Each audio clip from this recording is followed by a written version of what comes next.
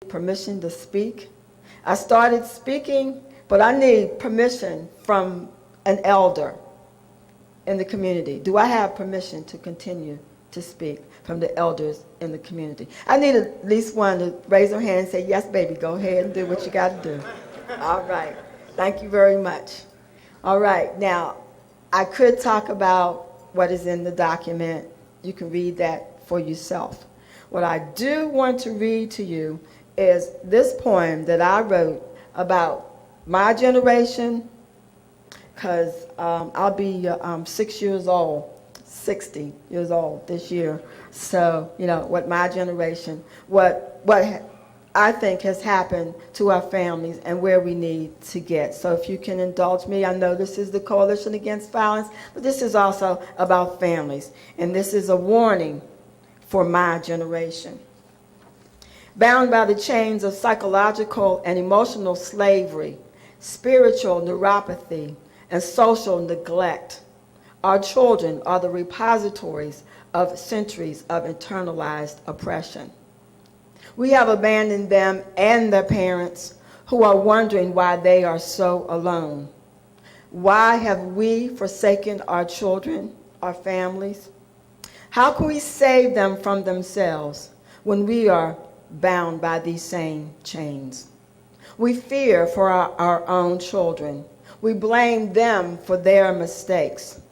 Our children have no respect for us. They are angry and don't know why.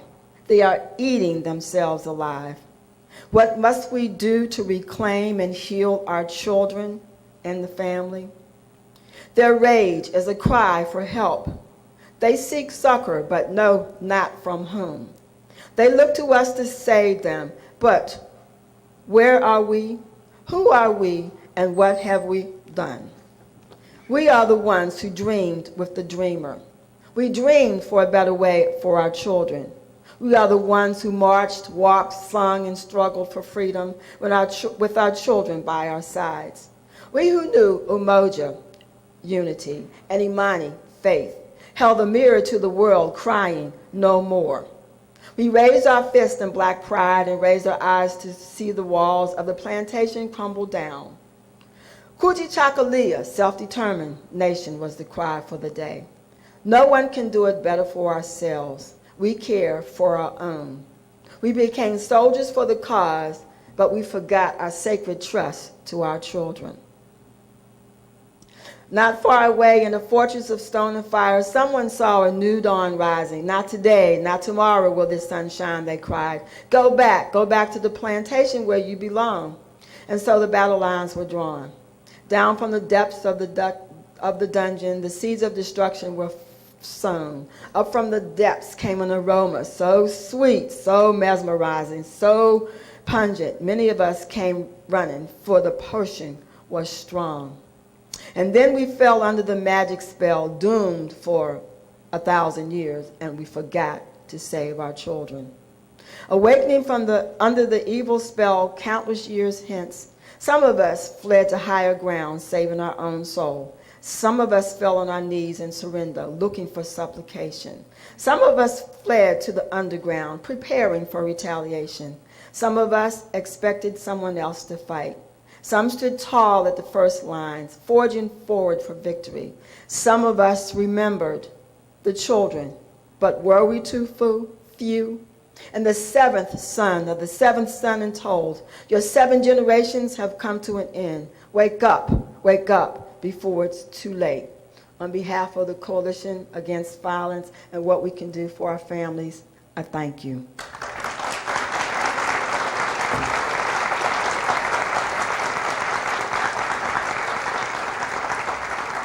Lois Tony McClendon, give her another hand, please.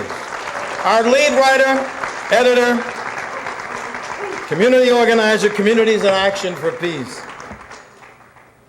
Actually, she was 450 pounds when she started this work.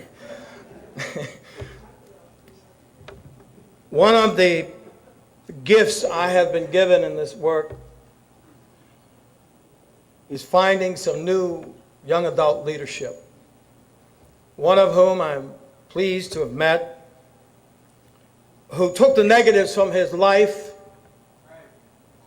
and created a book about it so that some other young folks will not duplicate his errors but benefit from them. The writer of Wake Up, Young Black Males, our website master for the Black Political Empowerment Project, CEO of WNWA. Please give a warm welcome to Steve Johnson.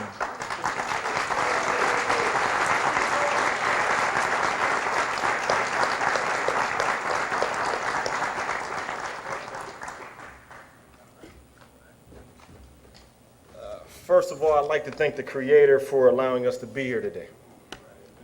Without Him, there's no us. I also would like to say that I love hip-hop. I want everybody in here to listen to me. I love it. It's a beautiful art form.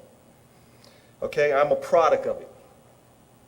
What I'm going to do today is attempt to touch on, in the small time that I have, the effects that the music has on our mentalities as youth in this great country we live in.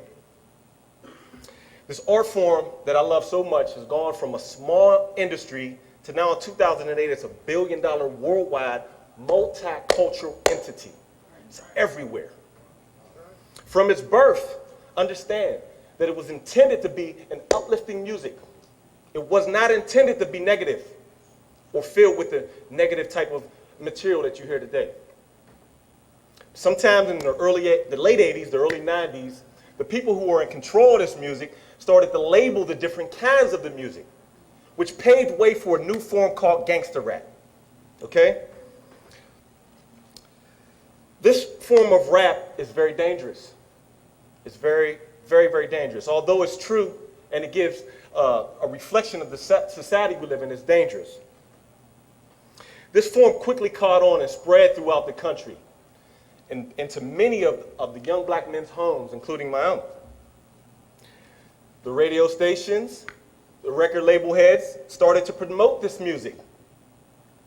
In reality, they knew that this type of music would have an effect on society, but they went ahead with it anyway.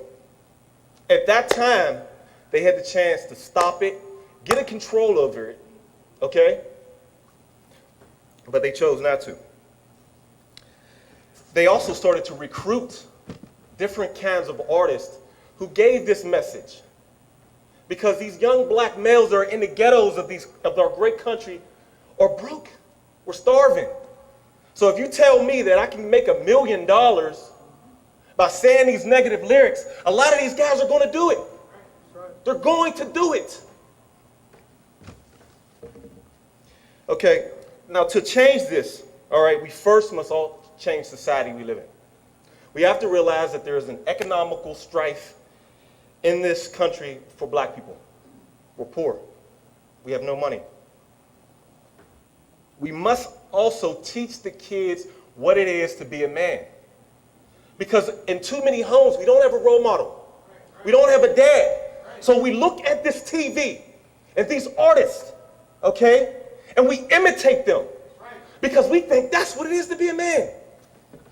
We wear our pants hanging down. And I know a lot of you in here, oh, what is he doing with his pants down like that? Why does he talk like that? Okay? It's a collective effort of how we got like this. Okay? We must change this with love and a true understanding of who we are as black people. We must teach the youth younger that's wrong to talk like that, young brother. Pull your pants up, young brother. Don't turn your head and talk bad to these kids. They're still your children. They are still your children.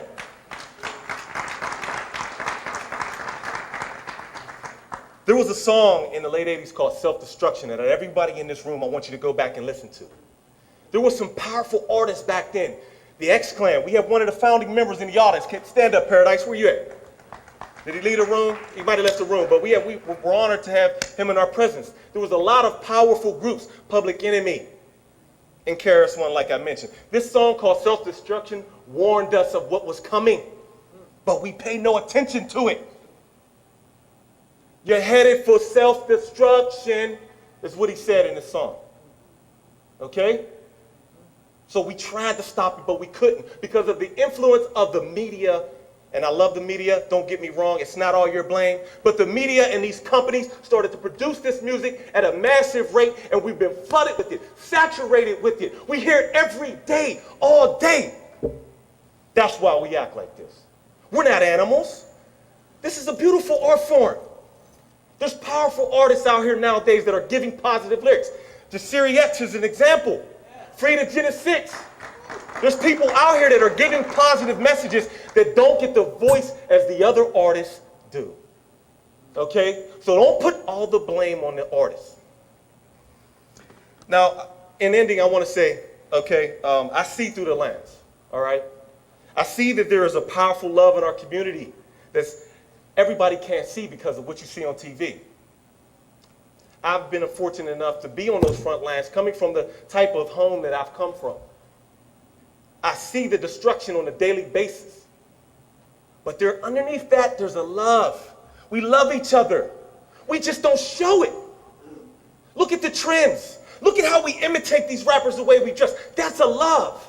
To imitate something, you must love it. But we need to rechannel that love into more positive things. Okay? Now I see a change in the radio stations. I see a change in the media somewhat. And in ending, I want to say one thing, and this is very powerful. Please understand me. That the kids nowadays remember a 50 Cent song more than they will their homework. I know a 5-year-old child right now who can sing a whole 50 Cent song but can't say her ABCs. This is a powerful problem. We must pay more attention to it. We must spend more time analyzing it. Let's wake up, y'all. Thank you for your time.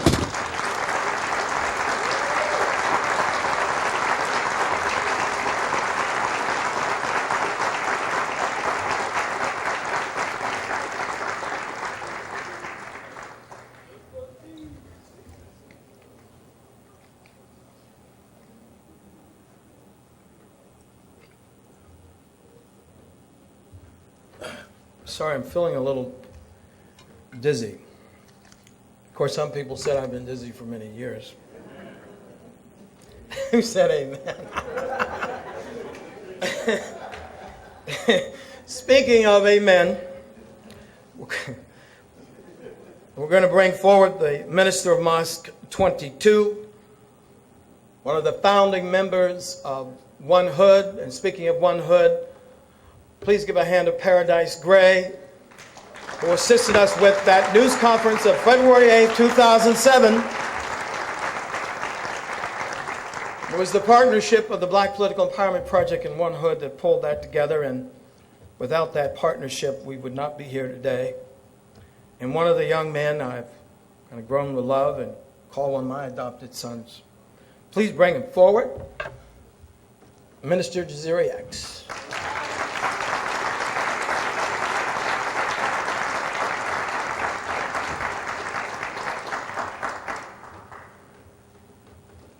I think as Tim's adopted son, I should get about 10 minutes. What do y'all think? She said, I'm going to give y'all 3. But I'd like to start in the name of Allah, the Beneficent, the Merciful. We give him praise and thanks for all of his prophets, warners, and teachers. And I'd like to greet you in the greeting words of peace. I'd like to start by saying that, One Hood was, is, and always will be an advocate for the poor, unrepresented youth, whether they be black, brown, red, or white. And one of the beautiful things about this coalition, and the reason we are involved in this coalition, because this coalition is not an attack on the young people of Pittsburgh, the young black people. It's not that.